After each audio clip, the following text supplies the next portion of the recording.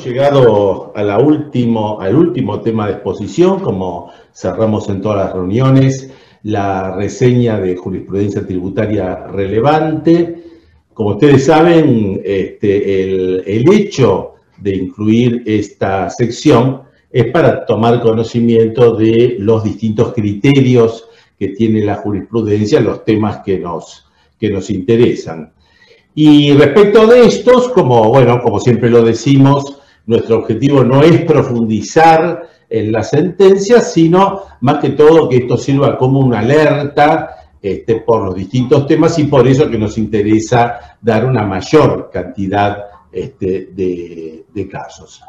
Desde este punto de vista, comenzamos con esta presentación un tema que venimos señalando últimamente, la exclusión de derecho del monotributo. Sabemos que hay distintas razones para la exclusión del monotributo. Acá un tema muy particular, esta es una sentencia de la Cámara Federal, donde a un contribuyente se lo había excluido del monotributo, pero por un incumplimiento formal. Y este incumplimiento formal era la resolución 3709, en el sentido que el contribuyente no había comunicado a la AFIP que iba a continuar utilizando los talonarios impresos que tenía con anterioridad a la reglamentación. Aquí la Cámara, con muy buen criterio, termina señalando que ese incumplimiento de deber formal no puede constituir la causal de exclusión del régimen y por lo tanto revoca el pronunciamiento apelado en cuanto oportunamente se había dispuesto la exclusión del monotributo. Un tema que también nos parece interesante señalarlo, y en este caso este antecedente proviene de la Cámara Federal de Paraná.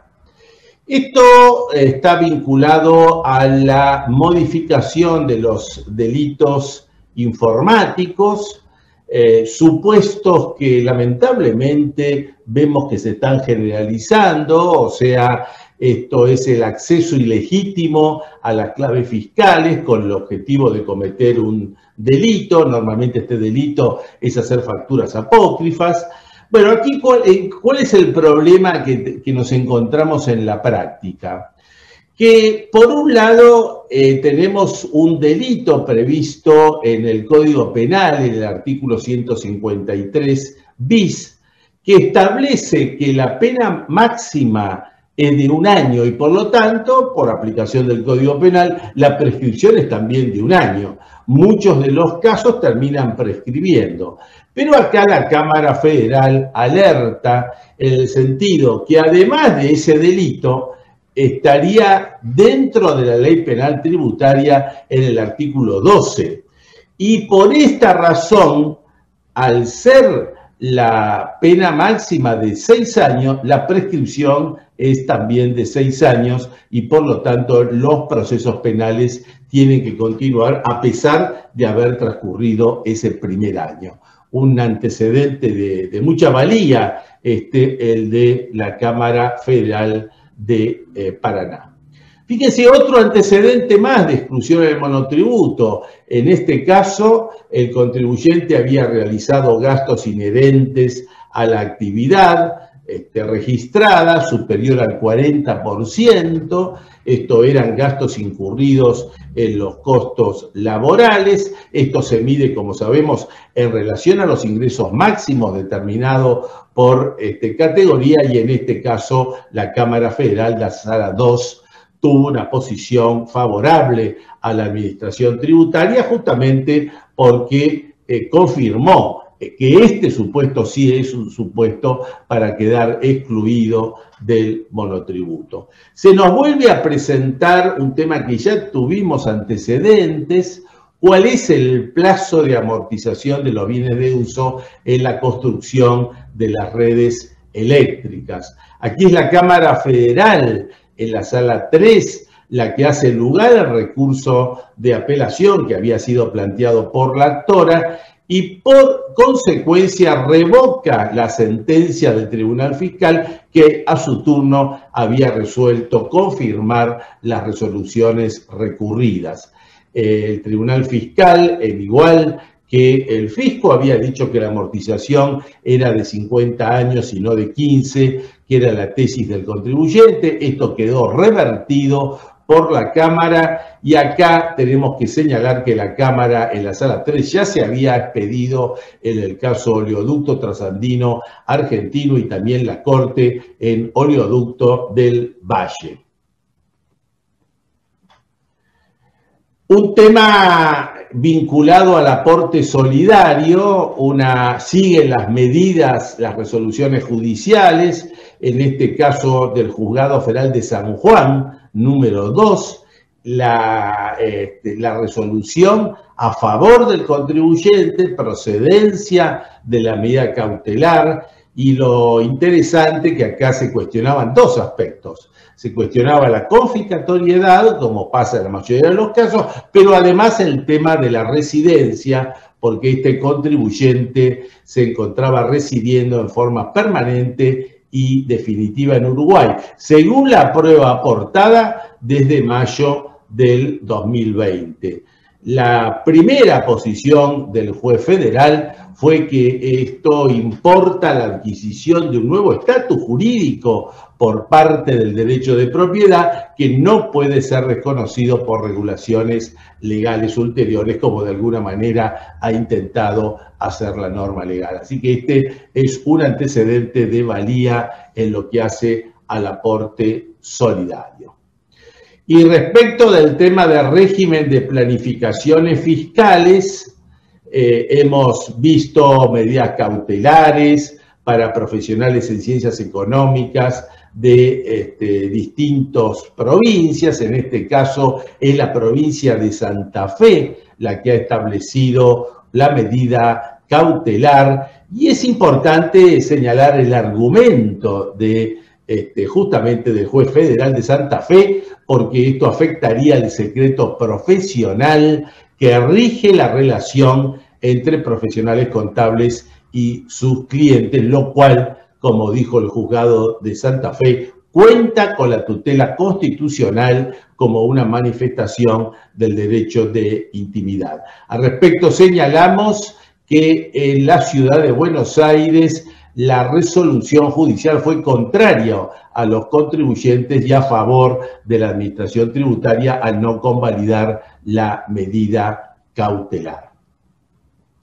Un tema que tiene alguna antigüedad, pero que me pareció interesante repasarlo, es la nulidad de la resolución de la DGI que deniega la acción de repetición que había iniciado la actora, por sentencia de montos adeudados excedentes por omisión del dictado de determinación de oficio. ¿Qué hace el contribuyente? El contribuyente inicia una acción de repetición. Cuando inicia la acción de repetición, la administración tributaria hace normalmente lo que hace siempre cuando hay una repetición, que es una fiscalización. Como consecuencia de la fiscalización, aparecen determinado tipo de ajustes. Y como consecuencia del ajuste le dice que no le puede dar cabida a la repetición porque los ajustes eran prácticamente similar a la acción de repetición que intentó el contribuyente. Lo interesante es que el Tribunal Fiscal dice que la resolución de la DGI es nula, porque para hacer eso necesitaba el dictado de una determinación de oficio, cosa que no lo hizo porque intentó valerse de los ajustes de inspección. Otro caso también interesante para tenerlo en cuenta. Y de la Cámara Federal, en un fallo reciente, la Compañía Sulfónica Nacional, uno de los casos que también estamos viendo con alguna reiteración, al contribuyente se lo incluye en la base EAPOC, como usina sin capacidad operativa, Como consecuencia de la inclusión se le suspende la quit y el contribuyente se encuentra en una situación casi de muerte civil, porque sin la quit obviamente no puede operar. Ante esta circunstancia, el contribuyente se presenta por vía de amparo, en realidad por los dos argumentos. Por el primer argumento de la base APOC no tuvo suerte el contribuyente, porque la justicia interpretó que dentro del reducido marco de esta acción, que es la acción de amparo, las constancias de la causa no permitían descartar las inconsistencias que había señalado la fiscalización de la FIP. Pero es muy importante el otro tema, respecto de la cancelación de la quit, porque acá ¿qué ha ocurrido? El contribuyente se presentó, hace el recurso correspondiente y la ley de procedimiento, esto es muy importante recordarlo, en el artículo 35H, señala que al presentarse los recursos deja sin efecto la resolución de la administración tributaria. Una resolución realmente muy importante que vuelve a otorgar los derechos que le corresponde en esta materia al contribuyente. En materia de amparo, volvemos a tener un amparo ante el Tribunal Fiscal por mora. Esto es el reintegro sistemático de las retenciones del IVA.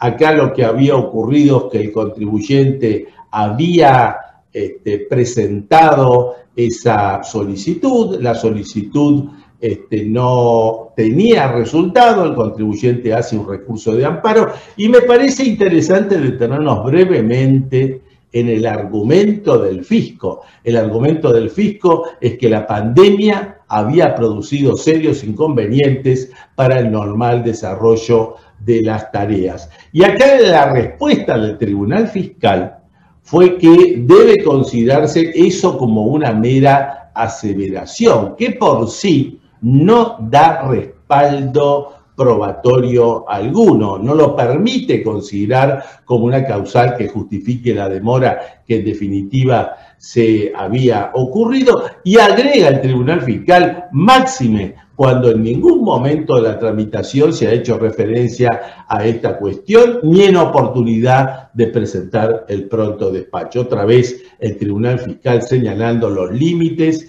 al accionar de la administración tributaria. Y otro tema que también me parece interesante señalarlo, en este caso de la Cámara Federal de Córdoba, de la Sala A, la discusión de una denuncia por acceso ilegítimo a una clave fiscal.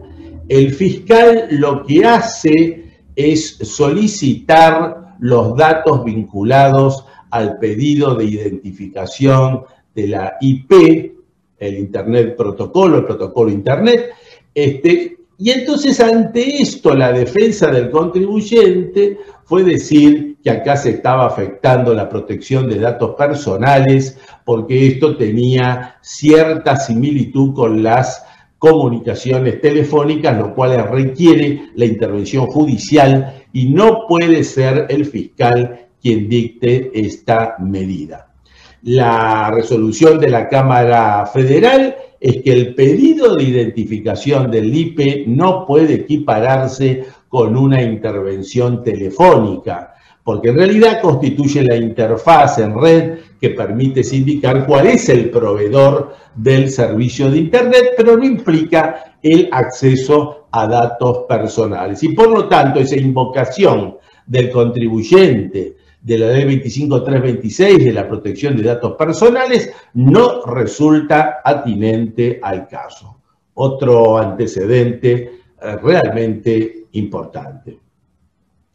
Bueno, acá nos encontramos con una resolución del Tribunal Oral, pero el Criminal Federal de Santa Fe, en una cuestión realmente muy interesante.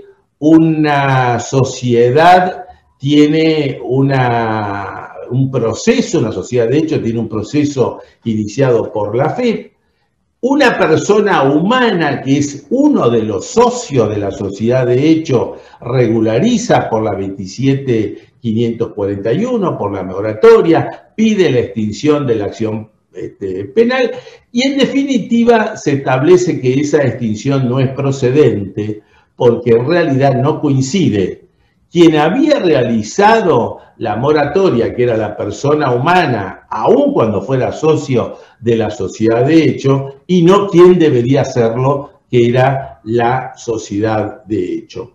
Nosotros en reuniones anteriores, ustedes recordarán, vimos un caso muy similar y con una resolución totalmente distinta, porque se había determinado que los montos que había regularizado la persona humana era absolutamente el mismo monto, el de la sociedad. Pero acá la resolución fue distinta. En el caso de la acción de repetición, que los montos que se repiten se cancelan por compensación. Acá estamos hablando de intereses de anticipos.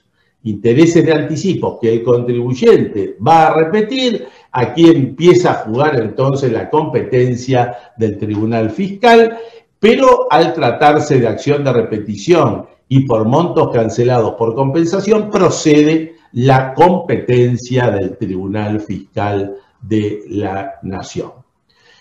Y después en la misma causa sacamos otra posición doctrinaria muy importante, que es la situación de los contribuyentes que presentan la declaración jurada anual y la presentan con anterioridad al vencimiento de un anticipo. La administración tributaria, obviamente, caduca su derecho para reclamar anticipos porque la obligación pasó a ser obligación de lo principal, pero le exige los intereses de los anticipos. Y acá el Tribunal Fiscal en la Sala A termina concluyendo que los intereses no se deben justamente por el hecho de que ha perdido la administración tributaria la posibilidad de poder reclamarlo. Y esto, dicho sea de paso, está en línea con la posición de la Cámara Federal, Pistrelli Henry Martin, de la Sala 5, y por el dictamen de la Procuradora Fiscal en el caso AFIP contra Oleoducto Trasandino Argentino. En materia, damos una vuelta más, en este caso del Tribunal Fiscal, el Tribunal Fiscal que es competente para entender en la demanda de repetición de intereses de anticipos impositivos. Y la razón que esboza el Tribunal Fiscal es que en realidad la modificación de la ley de procedimiento que establece que no podemos ir por apelación en el caso de intereses de anticipo, está referido exclusivamente al recurso de apelación, el recurso que está previsto por el 76B, pero no ante una repetición, en cuyo caso sí es competente el Tribunal Fiscal. Un tema que tenemos que tenerlo en cuenta porque ocurre una y otra vez en la práctica. La Sala A, en otro caso de exclusión del monotributo, fíjense el tercer caso que hoy estamos viendo, el incumplimiento de esa comunicación de la FIP, ahora en la Cámara, por parte de del contribuyente, la falta de la realización de la comunicación que no da origen a la exclusión del monotributo. Y en el caso de acá la Cámara Federal confirma un fallo del Tribunal Fiscal, que lo vimos en la reunión pasada, empresa Nuestra Señora de Asunción, empresa de turismo, la empresa de turismo que de acuerdo a la resolución 3450 debe actuar como agente, como en régimen de percepción de los servicios de transporte aéreo y por vía acuática. Discutía a la empresa que esa resolución 3450 no tenía base legal y la Cámara termina confirmando la posición del tribunal en que esa resolución 3450 sí tiene base legal, artículo 7 del decreto 618/97 y 1076 del 92, ambos reglamentarios de la ley de procedimiento, que después fue objeto por ratificación parlamentaria del artículo 29 de la ley 24.307, con lo cual termina concluyendo la Cámara que esto no encierra ninguna violación al principio de reserva legal. El Tribunal Fiscal también se expide en el caso García Pinto Enrique con respecto a los conceptos que se abonan conjuntamente con la indemnización por despido o gratificación por cese laboral, que se encuentran alcanzados en el impuesto a las ganancias dado su carácter remuneratorio. En este caso se discutía el pago de vacaciones no gozadas, sueldo anual complementario, indemnización por preaviso, sueldos atrasados. Se confirma entonces el criterio fiscal del carácter remuneratorio y por lo tanto sujeto al impuesto a las ganancias. Fíjense lo que llega a veces los casos ante la administración tributaria. Un contribuyente se presenta ante el fisco, hace un reclamo de repetición respecto del impuesto a la ganancia mínima presunta. Y después de mucho tiempo obtiene de la justicia el pronunciamiento a su favor. Pero claro, a partir de ahí empieza otro camino más, que es intentar obtener la devolución del saldo a favor que quedó como consecuencia de la repetición, para lo cual el contribuyente cumplió con lo que tenía que hacer, o sea, el formulario 746 de devoluciones. Esto es en septiembre, y ante la falta de respuesta del fisco, estaba pidiendo la devolución de los montos que habían sido aprobados en una repetición, presenta el pronto despacho.